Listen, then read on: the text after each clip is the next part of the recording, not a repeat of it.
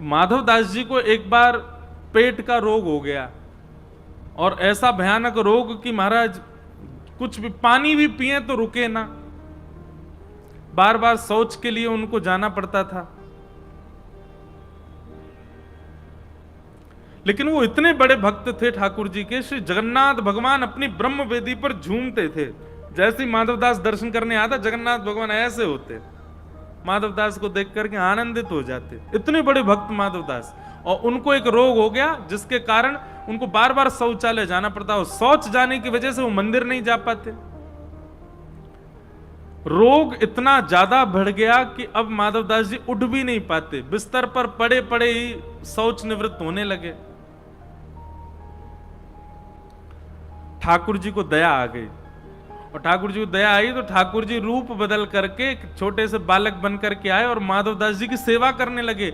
उनके मलमूत्र से सने वस्त्रों को ले जावें और ले जाके धोवें, धो करके सुखा दें, जल लेकर के आवें, जल पिला दें, जो उनके अनुकूल भोजन होना चाहिए वो बना करके उनको पवावें, उनके चरण दबावें, बुखार चढ़ आवे तो सिर पर पट्टी रखें।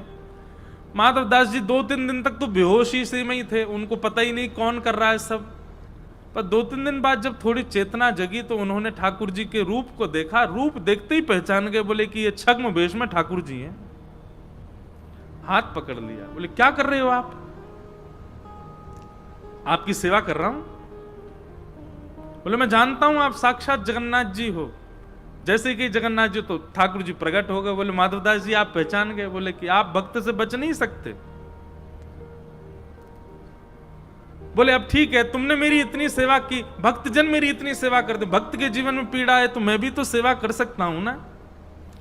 तो माधवदास जी कहते हैं, बोले ठाकुर जी आप सेवा करने आ गए, मेरी सनी हुई धोती धोने आ गए, मुझको भोजन खवाने आ गए, आप तो परमात्मा हो, चुटकी बजाओ मेरी पीड़ा दूर कर दो। आप तो परमात्मा हो, मेरे सिर पे हाथ फेर दो, पेट पे हाथ फेर दो, मेरी जो जो पीड़ाएं हैं सब खत्म कर दो।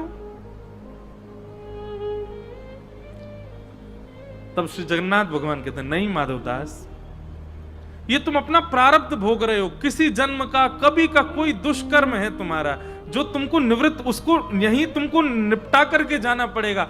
अगर मैंने इसको यहीं रोक दिया, तुमको स्वस्थ कर दिया, तुमको मंगल कर दिया, तुम बिल्कुल उचित हो गए, तो जितना प्रारब्ध बचा है उसको भोगने के लिए तुमको फिर जन्म लेना पड़ेगा। इसलिए इससे निवृत्त हो लो, इसको भोग लो। हाँ, मेरा आश्रय लेकर के भोगोगे, मेरा नाम जप करके भोगोगे, तो जो 5 साल में खत्म होगा वो 5 महीने में खत्म हो जाएगा। जल्दी जल्दी भुगवा दूंगा। एक प्रकार से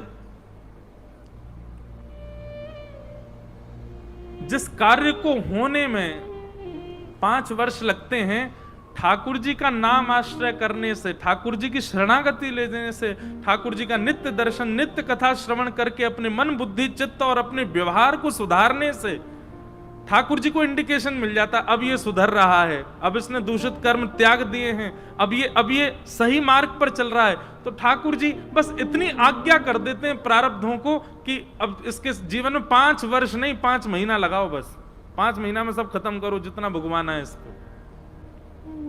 इसलिए कई बार देखा जाता है, अधिकतर भक्त वैष्णव उसके जीवन में कष्ट आएगा ही आएगा।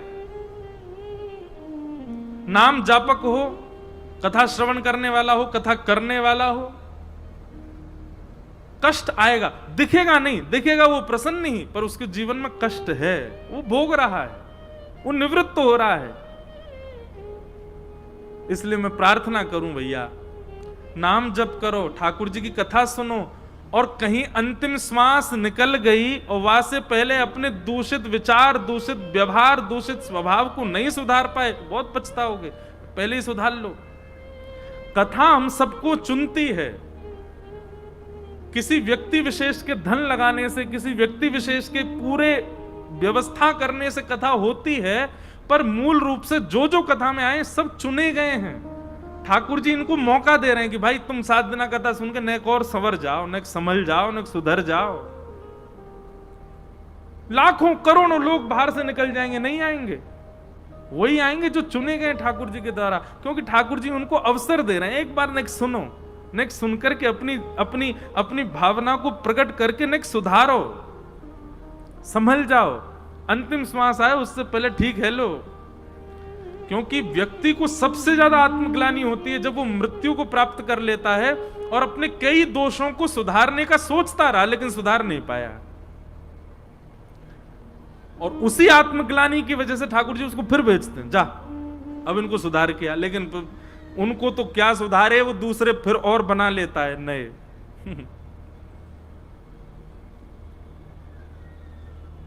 मैं एक बात कहता हूं कि हम सब हिसाब बराबर करने आए हैं पृथ्वी पर पुरानो तो बराबर कियो नहीं, या जन्म को नयो और बना लियो। तो हमारी जो हिसाबन की जो बैलेंस है ना, वो कम नहीं होता है, बढ़ता ही जाता, बढ़ता ही जाता, बढ़ता ही जा रहा है। इसलिए भैया ये कथा जीवन में आई है, आप सब चुने गए हो, या कथा में नित्य एक आज्ञा तो आपको माननी ही माननी है, चाहे कोई भी एक आज्ञा का पालन करो।